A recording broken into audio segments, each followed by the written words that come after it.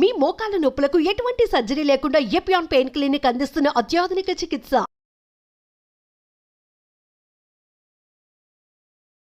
నమస్తే, welcome to Suman TV. ప్రస్తుతం మనతో పాటు ఉన్న డాక్టర్ అచ్యుత, ఆంకాలజిస్ట్ నుంచి. సో మరి క్యాన్సర్కి సంబంధించి మరికొన్ని విషయాలు సార్ని అడిగి తెలుసుకుందాం. నమస్తే సార్.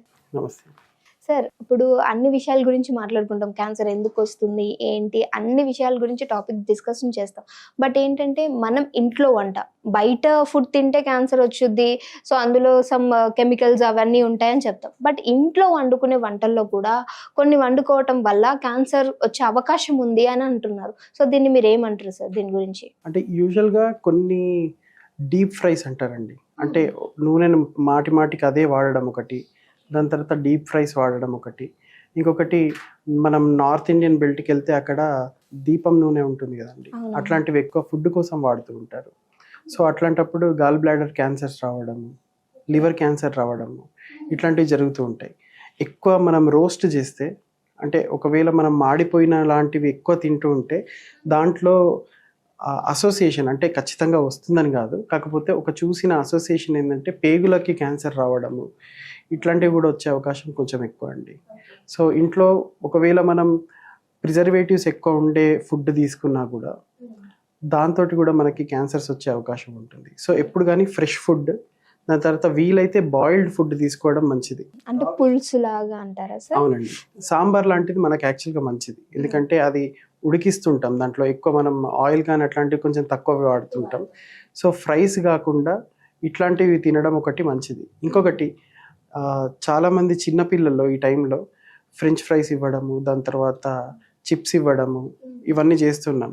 దానివల్ల కొన్ని స్టడీస్ ఏం చెప్తున్నాయంటే వాళ్ళకి ఎర్లీ స్టేజ్లో హైపర్ టెన్షన్, అంటే బీపీ ఎక్కువ రావడము, దాని తర్వాత ఈ ఫ్రైడ్ ఫుడ్ ఎక్కువ తీసుకోవడం వల్ల దాని తర్వాత కొంచెం ఎర్లీ స్టేజ్లో వాళ్ళకి కొంచెం క్యాన్సర్ లక్షణాలు రావడము, పేగుకి సంబంధించి, లివర్కి సంబంధించి అట్లాంటివి అయితే ఉన్నాయండి. ఓకే, అంటే ఏమంటాం సార్, ఆయిల్స్ వల్ల కూడా ఇలా వచ్చే అవకాశం ఉంది అని అంట. అంటే ఆయిల్స్ మంచి వాడితే పర్లేదంటారా? ఆయిల్స్ అంటే ఖచ్చితంగా వాడాలండి, ఎందుకంటే మనకి కొన్ని పదార్థాలు, పౌష్టికాహార పదార్థాలు ఆయిల్ నుంచే కొన్ని వస్తుంటాయి, నెయ్యి నుంచి కొన్ని వస్తుంటాయి. సో ఖచ్చితంగా కంప్లీట్గా బ్యాన్ చేయడం అన్నట్టు కాదు. ఇంకొకటి మనం కొంచెం రొటేట్ చేస్తూ ఉండాలి ఆయిల్స్ కూడా, ఓన్లీ గ్రౌండ్ నట్టే వాడడం లాంటివి కాకుండా, ఒకవేళ మీకు ఒంటికి పడుతున్నాయి అంటే అవి కొంచెం ఒకసారి ఇది ఒకసారి అది అట్లా వాడుతూ ఉండాలి. అప్పుడే మనకి అన్ని న్యూట్రిషన్స్ అంతా చేరుకుంటాయి. ఆయిల్ యూజ్ చేయాలి, కానీ ఎంత మోతాదులో యూజ్ చేయాలో అంతే యూజ్ చేయాలి. మరి ప్రతి దానికి ఆయిల్ వాడడము, డీప్ ఫ్రైస్ చేయడము ఇవి మంచిది కాదు. ఓకే, అంటే ఎక్కువ శాతం చూస్తాం కదా సార్, ఇంట్లో కూడా డీప్ ఫ్రైస్ ఎక్కువ చేసేస్తూ ఉంటారు. సో ఈ ఫ్రైస్లో ఉండేటువంటి ఏదైతే మాడిపోయిన పదార్థాలు ఉంటాయో అది కడుపులోకి వెళ్ళటం వల్ల క్యాన్సర్ వచ్చే అవకాశం ఉంది అంటున్నారు, అంతే? అవునండి. ఓకే, సో అంటే దానివల్ల ఫర్దర్గా వాళ్ళకి ఎలాంటి ప్రాబ్లమ్స్ ఉంటాయి? అంటే ఇప్పుడు సిమ్టమ్స్ లాంటివి అంటే ఇనీషియల్గా మీకు హార్ట్ బర్న్ అంటారు, అంటే కడుపులో మంట రావడము, చెస్ట్లో మంట, దాని తర్వాత ఆల్టర్డ్ బౌవెల్స్ అంటారు, అంటే మీకు రోజు ఉండే మోషన్ వెళ్ళే టైం కానీ నెంబర్ ఆఫ్ టైమ్స్ మోషన్ వెళ్ళడము, దాంట్లో చేంజ్ రావడము, ఒక్కొక్కసారి మోషన్లో బ్లడ్ రావడము, ఇంకొకసారి మోషన్లో బ్లాక్ కలర్ వాసనతో కూడా, అంటే మామూలుగానే స్టూల్స్ వాసన ఉంటాయి, కాకపోతే దీంట్లో ఇంకా భరించరాని కంపు వాసన రావడము, ఇట్లాంటివి ఉండడం, ఇవి కూడా జరుగుతూ ఉంటాయి అన్నట్టు. సో అందుకోసం అని చెప్పి మేము యూజువల్గా రా ఫుడ్, వెజిటేబుల్స్లో రా వెజిటేబుల్స్ ఎక్కువ, లేకపోతే దాన్ని ఉడికించి తినడం బెస్ట్ అని చెప్తుంటాం. ఓకే, అంటే ఇది ఎర్లీ స్టేజ్ అంటారా, లేకపోతే మనకి స్టేజెస్ దాటిన తర్వాత ఇలా ఉంటుందంటారా? యూజువల్గా మనకి ఒకవేళ స్టూల్స్లో బ్లడ్ వస్తుంది అనుకోండి, అది ఒక అల్సర్ ఫామ్ అయి అక్కడి నుంచి బ్లీడింగ్ స్టార్ట్ అయిందని అర్థం అన్నట్టు లోపల.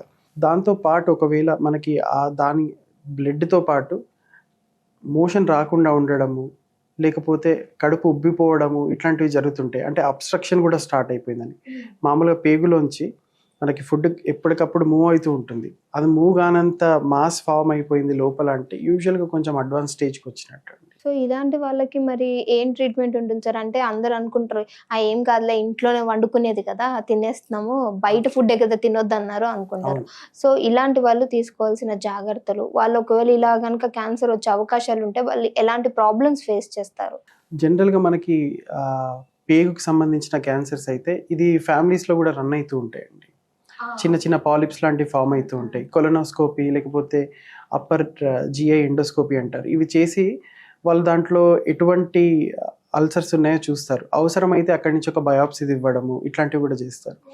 ఒకవేళ మీకు ఆల్రెడీ ఫ్యామిలీలో ఇట్లాంటి క్యాన్సర్స్ ఇంతకు ముందు ఉన్నాయని అనుకుంటే జనరల్గా ఒక 10 years ముందే, అంటే ఇప్పుడు ఒకళ్ళకి ఒక 40 yearsకి క్యాన్సర్ డిటెక్ట్ అయింది అనుకోండి ఫ్యామిలీలో, వాళ్ళ ఇమీడియట్ సిబ్లింగ్స్ కానీ చిల్డ్రన్ కానీ ఒక 10 years ముందే కొలనోస్కోపీ అట్లాంటివి ప్రోయాక్టివ్గా చేయించుకుంటూ ఉండాలి. ఎందుకంటే ఒకవేళ మనం ముందే డిటెక్ట్ చేయగలిగితే, క్యాన్సర్ ఫామ్ అవ్వడమే ఆపేయగలిగితే అప్పుడు బెటర్. సో ఒకవేళ ఫామ్ అయిపోయింది అనుకోండి, దాని తర్వాత అది ఓన్లీ లోకల్గా ఆ పేగుకు మాత్రమే సంబంధించి ఉందా, లేకపోతే పక్కకున్న చిన్న చిన్న గడ్డల్లోకి వెళ్ళిందా, లివర్లోకి వెళ్ళిందా, ఇట్లా స్టేజింగ్ ఒకసారి చూసుకొని అవసరమైతే పేగుకి సర్జరీ చేసి తివ్వడము ఇట్లాంటివి కూడా చేస్తూ ఉంటారు. ఓకే సార్, మీరు అన్నారు ఫామ్ అవ్వక ముందే ఆపేయచ్చు అని, అంటే మనకి ఫామ్ అవ్వలేదు అని ఎలా తెలుస్తుంది సార్? ఎండోస్కోపీలో చేస్తున్నప్పుడు అదొకటి, దాంట్లో మనకి లోపల అంతా చూడ్డానికి నార్మల్ మ్యూకోజా ఉందా, ఏమైనా చేంజెస్ వస్తున్నాయా అని చెప్పి చూస్తాం. ఇంకొకటి ఈ మధ్యకాలంలో కొంచెం ఎండోస్కోపీ కొంచెం అడ్వాన్స్ చేసి దానికి నారో బ్యాండ్ ఇమేజింగ్ అని చెప్పి ఒకటి ఉంటుంది. దాంట్లో చూసినప్పుడు కొంచెం ఎర్లీగా ఇంకా స్టార్ట్ అవ్వబోతుంది అన్నప్పుడు కూడా దాంట్లో క్యాపిలరీస్ చేంజెస్ వస్తూ ఉంటాయి అన్నట్టు. సో దాంతో ఒక మేబీ ఈ ఏరియాలో రావచ్చేమో రేపొద్దున అన్నట్టు అనుకుని దాంట్లో నుంచి బయాప్సీ తీసి దాంట్లో ఏమైనా ప్రీ మ్యాలిగ్నెంట్ చేంజెస్ ఉన్నాయని చూసుకోవడము ఇవన్నీ చేయొచ్చండి. ఇంకొకటి సెకండ్ ఇమేజింగ్ అంటారు, అంటే మనకి సిటీ స్కాన్ కానీ ఎంఆర్ఐ స్కాన్ కానీ ఇవి చేసి దాంట్లో కూడా ఏమైనా ఎర్లీ స్టేజ్ చేంజెస్ ఉన్నాయా, బయట నుంచి ఏమైనా అబ్స్ట్రక్షన్ ఏమైనా ఉందా. ఎందుకంటే ఎండోస్కోపీ చేసిందంతా లోపల, అంటే పేగు లోపల చూసేది, బయట నుంచి ఏమైనా అబ్స్ట్రక్షన్ ఉందా లేదా అని చూసేది అప్పుడు మనం స్కాన్ చేసి చూసుకోవచ్చు అండి. సార్ అయితే మీరు చెప్పారు కదా నార్మల్గా తీసిన తర్వాత ఎలా ఉంటుంది అని, ఒకవేళ వాళ్ళని ఆపేసిన తర్వాత అంటే ఇంకా రాకముందే మనం స్టాప్ చేసిన తర్వాత వీళ్ళు మళ్ళీ ఫర్దర్గా ఇలాంటి మిస్టేక్స్ చేస్తూ ఉంటే మళ్ళీ వచ్చే అవకాశం ఉందంటారా? ఉంటుందండి, ఎందుకంటే ఫస్ట్ టైం వచ్చే అవకాశం ఉన్నప్పుడు నెక్స్ట్ టైం కూడా వచ్చే అవకాశం ఖచ్చితంగా ఉంటుంది. ఇంకొకటి వీళ్ళకి ఒకసారి వచ్చిన తర్వాత వీళ్ళ బాడీ ఇట్లాంటి క్యాన్సర్స్ రావడానికి వచ్చే అవకాశం ఎక్కువ సగటు వ్యక్తి కంటే. సో అందుకోసం వీళ్ళు చాలా జాగ్రత్తగా, అందుకే మీరు ఎప్పుడన్నా ఒకవేళ క్యాన్సర్ ట్రీట్మెంట్ చూసుకుంటే మీకు ఒక సర్జరీ అయిపోయింది, లేకపోతే కీమోథెరపీ అయిపోయింది, రేడియేషన్ థెరపీ అయిపోయింది అన్న తర్వాత నేను ఇంకా అయిపోయింది మీరు ఇంటికి వెళ్ళొచ్చు అని చెప్పాం. ఇప్పటివరకు ఇది అయిపోయింది, 3 months తర్వాత మళ్ళీ రండి, మళ్ళీ చూస్తాము, మళ్ళీ 3 months తర్వాత రండి, అలా ఒక 5 years వరకు ఆల్మోస్ట్ ఫాలోఅప్లో పెట్టుకుంటూ ఉంటాం. ఎందుకంటే ఒకసారి వీళ్ళకి వచ్చింది అని తెలిసిన తర్వాత వీళ్ళకి మళ్ళీ వచ్చే అవకాశం ఎక్కువ. అందుకోసం ఎప్పటికప్పుడు ఫాలోఅప్ చేసుకుంటూ, ఇంత చిన్న క్యాన్సర్ మళ్ళీ వచ్చేది దాన్ని దొరకబట్టి, అంటే అప్పుడే ఐడెంటిఫై చేసి ట్రీట్మెంట్ ఇచ్చుకుంటే చాలా బెటర్ అవుట్కమ్స్ ఉంటాయి కాబట్టి ఫాలోఅప్కి రమ్మని చెప్తుంటాం. ఓకే, చాలామంది ఏం భయపడుతుంటారంటే క్యాన్సర్ ఇంకా నయం కాలేదేమో, డాక్టర్ ఎందుకు మళ్ళీ మళ్ళీ రమ్మంటున్నారు అని చెప్పి అనుకుంటారు. అది కాదు, యాక్చువల్ ట్రీట్మెంట్ అయిపోయినట్టే, కాకపోతే మళ్ళీ వచ్చే అవకాశం ఉన్నప్పుడు దాన్ని తొందరగా పసిగట్టి అరిగట్టే అవకాశం ఉంటుంది కాబట్టి ఫాలోఅప్స్కి రమ్మని చెప్తుంటాం. Okay okay. అయితే సార్ మీరు చెప్పారు కదా నార్మల్గా అంటే మనకి జీన్స్ పరంగా కానీ లేకపోతే మన వాళ్ళలో ఎవరికైనా ఉంటే వస్తుంది అని. సో అంటే సిస్టర్స్లో కానీ లేకపోతే బ్రదర్స్లో కానీ వీళ్ళల్లో కూడా ఎవరికైనా ఉంటే మిగతా ఉండే వాళ్ళకు కూడా ఉండే అవకాశం ఉందంటారా? కొన్ని ఉంటాయండి.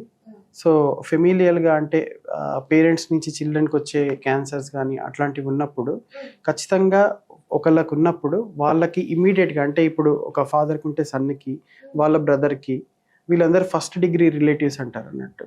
సో ఫస్ట్ డిగ్రీ రిలేటివ్స్కి వచ్చే ఛాన్సెస్ ఎక్కువ కొన్ని రకాలమైన క్యాన్సర్స్లో. ఇప్పుడు సపోజ్ ఇంకి థైరాయిడ్లో మెడులరీ థైరాయిడ్ కార్సినోమా అని అంటారండి. ఓకే, అంటే ఇది ఒక రకమైన జీన్ ట్రాన్స్ఫర్మేషన్ వల్ల వచ్చేది, మ్యూటేషన్ వల్ల వచ్చేది క్యాన్సర్. సో దీంట్లో ఒకవేళ ఫాదర్కి వస్తే వాళ్ళకి పిల్లలు ఉంటే పిల్లలకు కూడా మేము టెస్టింగ్ చేపిస్తుంటాం. ఎందుకు అని అంటే ఒకవేళ అగ్రెసివ్ వేరియంట్ ఆఫ్ ఈ క్యాన్సర్ ఉందనుకోండి, పిల్లలకి ఒకవేళ థైరాయిడ్ క్యాన్సర్ లేకపోయినా వాళ్ళకి ఆపరేషన్ చేసి థైరాయిడ్ తీసేస్తుంటాం. సో ఎందుకు అని అంటే ఇటువంటి మ్యూటేషన్స్ ఉన్న వాళ్ళకి ఖచ్చితంగా రేపు పొద్దున వాళ్ళకి క్యాన్సర్ వచ్చే అవకాశం ఉంటుంది. సో అందుకు ముందుగానే ప్రొఫైలాక్టిక్ థైరాయిడెక్టమీ అని అంటాం, ముందే తీసేయడము. సో అట్లా ఇప్పుడు జెనెటిక్ టెస్టింగ్ అంటారు, అవి చాలా వరకు చాలా క్యాన్సర్స్లో చేసి మనం తీసుకోవాల్సిన జాగ్రత్తలు ఏవి, ఫ్యామిలీలో వచ్చే అవకాశం ఎంత ఉంది, ఇవన్నీ చేసి చూస్తున్నాం. ఓకే, అంటే జెనెటికల్గా వచ్చే అంటారు ఇవన్నీ కూడా. సో అయితే సార్ వీళ్ళు తీసుకోవాల్సిన పలు జాగ్రత్తలు ఏమై అంటారు అంటే హెల్త్ పరంగా కావచ్చు అండ్ అలానే తీసుకునే ఫుడ్ పరంగా, సో కొన్ని షేర్ చేసుకుంటారు. హెల్త్ పరంగా అయితే ఒకవేళ నేను చెప్పినట్టు మనకి ఆల్రెడీ ఒక ఫ్యామిలీలో ఒక డయాగ్నోస్డ్ క్యాన్సర్ పేషెంట్ ఉన్నప్పుడు వాళ్ళకి అంటే ఇప్పుడు ఒక మదర్కి బ్రెస్ట్ క్యాన్సర్ వచ్చింది అనుకోండి, వాళ్ళకి కొన్ని బ్రెకా జీన్ టెస్టింగ్ అంటారు అన్నట్టు, అట్లాంటివి ఇంకా పిల్లలకు కూడా చేస్తుంటారు. ఆడపిల్లలకి వాళ్ళకు ఒకవేళ పాజిటివ్ ఉందంటే ప్రొఫైలాక్టిక్గా వాళ్ళకి అంటే సర్జరీ చేసి బ్రెస్ట్ తీయడము ఇలాంటివి చేస్తుంటారు అన్నట్టు. ఎందుకంటే వీళ్ళకి వచ్చే అవకాశం ఖచ్చితంగా ఎక్కువ మామూలు పాపులేషన్ కంటే. అదొకటి. ఫుడ్ పరంగా మీరు చెప్పినట్టు జనరల్గా ఏం చెప్తుంటామంటే ఇంట్లో నార్మల్ ఫుడ్ తీసుకోండి, ఎక్కువ ప్రోటీన్ ఫుడ్ ఎక్కువ తీసుకోండి. ఎందుకంటే మన ఇమ్యూనిటీ బిల్డింగ్ కానీ లేకపోతే ఏమైనా ట్రీట్మెంట్స్ తీసుకోవడానికి మనకి ఎబిలిటీ ఉండాలంటే తట్టుకునే శక్తి ఒకటి ఉండాలి. అది లేకపోయినప్పుడు కూడా ప్రాబ్లమే. సో అందుకోసం మంచి ప్రోటీన్ ఫుడ్, దాని తర్వాత వాటర్ ఎక్కువ తీసుకుంటూ ఉండాలి. హైడ్రేషన్ ఎప్పుడు బాడీకి హైడ్రేటెడ్ ఉండాలి. దాని తర్వాత రా వెజిటేబుల్స్ ఎక్కువ తీసుకోమని చెప్తాం. దాని తర్వాత ఒకవేళ నాన్ వెజిటేరియన్ ఫుడ్ అయితే ఫిష్కి కొంచెం ఎక్కువ దాంట్లో న్యూట్రిషనస్ వాల్యూ ఎక్కువ, ఆయిల్స్ ఎక్కువ ఉంటాయి. సో అది కాకుండా రెడ్ మీట్ తీసుకోవడం కొంచెం తక్కువ చేస్తే బెటర్ అండి. యానిమల్ మీట్, రెడ్ మీట్ కొంచెం తక్కువ తీసుకుంటే అప్పుడు మనకి అంటే న్యూట్రిషన్ పరంగా క్యాన్సర్ని అరికట్టే అవకాశం ఏదన్నా ఉంది అని అనుకుంటే అది దీనివల్లనే సాధ్యం. రెడ్ మీట్ అనేది పూర్తిగా క్లోజ్ చేయాలంటారా లేకపోతే తగ్గించాలి అంటారా? అంటే పూర్తిగా క్లోజ్ చేయాలంటే చాలా మందికి అలవాటు కాదు, కాకపోతే తగ్గిస్తే బెటర్ అండి అట్లీస్ట్. ఓకే, అంటే ఉన్న వాళ్ళ లేని వాళ్ళ అంటున్నారు సార్? అంటే అందరూ జనరల్ గా, కాకపోతే ఉన్న వాళ్ళు అయితే ఖచ్చితంగా తగ్గిస్తే బెటర్. ఓకే, ఖచ్చితంగా కాదు, మానేస్తేనే మంచిది. ఎందుకనంటే ఇంత పెద్ద డిసీజ్ వచ్చిన తర్వాత కొంచెం దానికి జాగ్రత్త వహిస్తేనే మంచిది అంటారు కదా సార్. ఓకే సార్, చాలా చక్కటి ఇన్ఫర్మేషన్ అందించారు ఈరోజు. Thank you so much. Thank you.